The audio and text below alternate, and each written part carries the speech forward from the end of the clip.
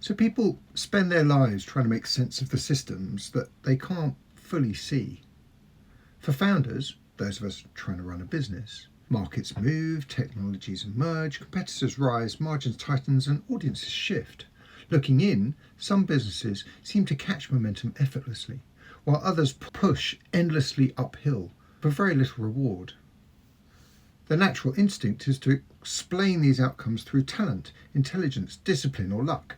And while there's always elements of these, don't get me wrong, they don't make up the complete definitive picture. Beneath much of business, economics, and technology sit recurring structural patterns, curves, distributions, and constraints that appear again and again across nature, across networks, and human behaviour. Once seen, they become difficult to ignore. And like much of science and its laws, the maths behind these patterns is hard to break or to work against. This series, Misreading the Shape of Reality, examines the laws we must all adhere to, whether we like it or not. The hidden structures shaping businesses' growth and human systems. The challenge is that most human beings are not naturally wired to perceive these systems clearly. We tend to think linearly. We're taught that effort equals reward and expect effort and reward to move proportionately. We assume growth should feel steady, progress will be visible, and that inputs will reliably connect to outputs. But the world rarely behaves that way. Most systems that matter are actually non-linear. They compound slowly, then suddenly. They cluster unevenly. They accelerate before saturating. They reward timing as much as effort. And they often feel wholly unfair. But as Ricky Gervais might put it, that doesn't mean they're wrong. Much of the frustration founders feel is not failure in the conventional sense. It's the experience of misreading the shape of things that are, that were, and that will be. Let's start at the very beginning. Back in my childhood, I was told the first million is always the hardest. Now, it's an old phrase that I suspect used to carry more weight than it does today. For a start, it comes from a time when being a millionaire meant something very substantial. The statement represented a stark reality to me as a youngling, even if it spoke of something rather far away. But if I look at it now and scale it down, it becomes quite interesting. How about the first sale is the hardest? Going from 0 to 1 is not incremental. It's absolute. It requires a shift from nothing to something, from idea to transaction, from possibility to absolute proof. Everything that follows, in relative terms, is a lot easier. 1 customer to 2 is growth. 2 to 3 is growth again. But each step becomes smaller as a percentage, even if the absolute numbers increase by the same measure.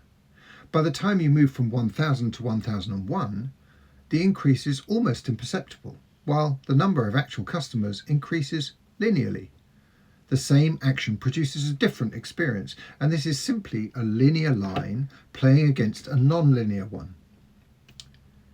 This is where many founders might begin to misread what is happening. They expect growth to feel consistent, to respond proportionately to effort. They assume that more input should yield more output in a steady, predictable way. Well, it does not. And it rarely ever does. We're trained, almost unconsciously, to think in straight lines. Work harder, earn more. Do more, get more. Increase input, increase output. It feels neat, it becomes intuitive, but sadly, it's deeply misleading. The systems we operate within, whether you look at science, nature, business, or technology, are rarely linear. They are curved, sometimes exponential, sometimes logistic, often layered with multiple forces acting at once to create waves. From the inside, of course, these curves are difficult to perceive. You cannot feel the shape of a curve while you're standing on it or in it. You have to step back quite a way to see the shape of the wood for the trees.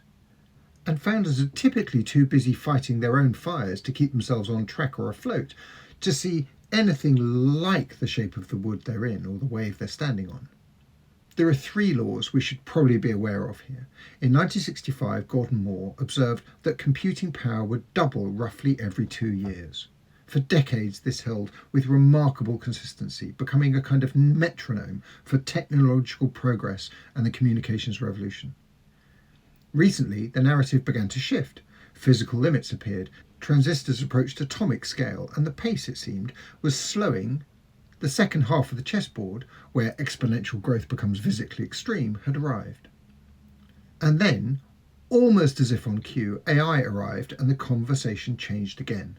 Artificial intelligence entered not simply as an extension of computing power, but as a multiplier of capability.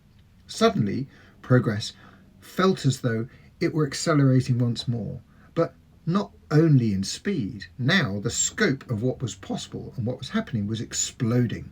We should look to Ray Kurzweil to add a layer of perspective. His law of accelerating returns suggests that a technological progress does not move along a single exponential curve. Entire paradigms stack one upon the other.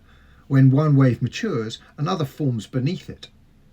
Moore describes how capability improves within a technological era, while Kurzweil suggests that eras themselves accelerate as each generation of technology becomes a tool for creating the next. The important point for founders is that these curves do not remain confined to technology.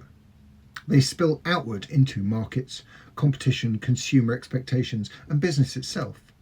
As the surrounding system accelerates, businesses experience the same compression. Product cycles shorten, information spreads faster, competitive advantages decay even more quickly. Entire industries move from novelty to saturation in a fraction of the time that they once did. Instagram took years to reach mass adoption, while ChatGPT reached 100 million users in a matter of months. The curve has steepened, and this creates a subtle but important problem. Founders continue to think linearly while operating inside systems that are increasingly exponentially. The result is fairly predictable. Early progress feels painfully slow, leading many to abandon good ideas early on. Later, momentum can arrive suddenly and violently, overwhelming structures that were never designed for scale. No one told you when to run. Founders simply discover, often too late, that the curve has already moved beneath them. Eventually, of course, growth slows again, as markets saturate and complexity increases. The same founder with the same capability, but on a different position on the curve. One of the most important strategic questions in business is rarely operational at all. It is structural. We need to ask, where am I on the curve? The logistic growth curve is one that most founders will recognize, as it offers a useful way of thinking about this. Let's look at customer adoption to explain it.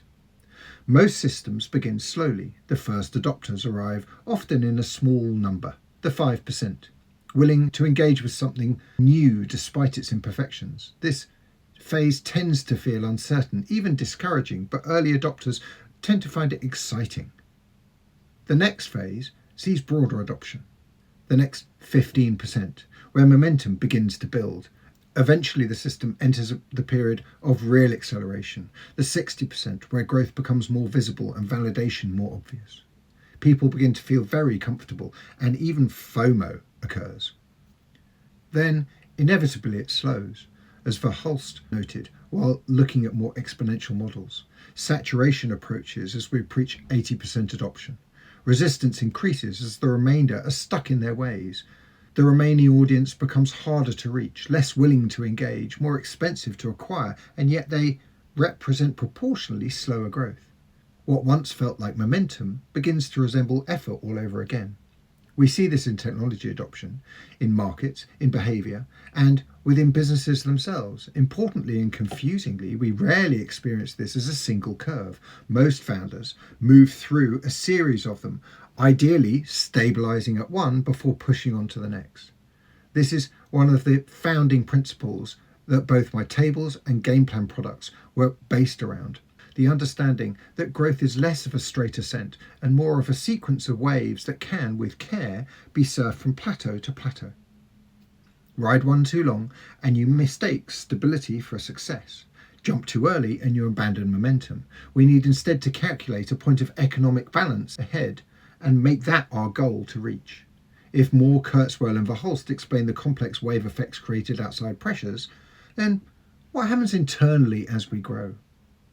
Well, external curves are only half the story. As businesses grow, internal systems begin to deform under the weight of complexity itself. So next week, I'll look at the push and pull between efficiency and organisational strain. So our musical eggs today were The Shape of Things That Are and Were, a song by George Benson. Let's Start at the Very Beginning is a lyric from the song Do Re Mi, sung by Julie Andrews. Straight Lines is a song by Nubian Twist. And No One Told You When to Run is, of course, from the song Time by Pink Floyd. Don't forget to subscribe if you want to tune in next week. Thank you very much.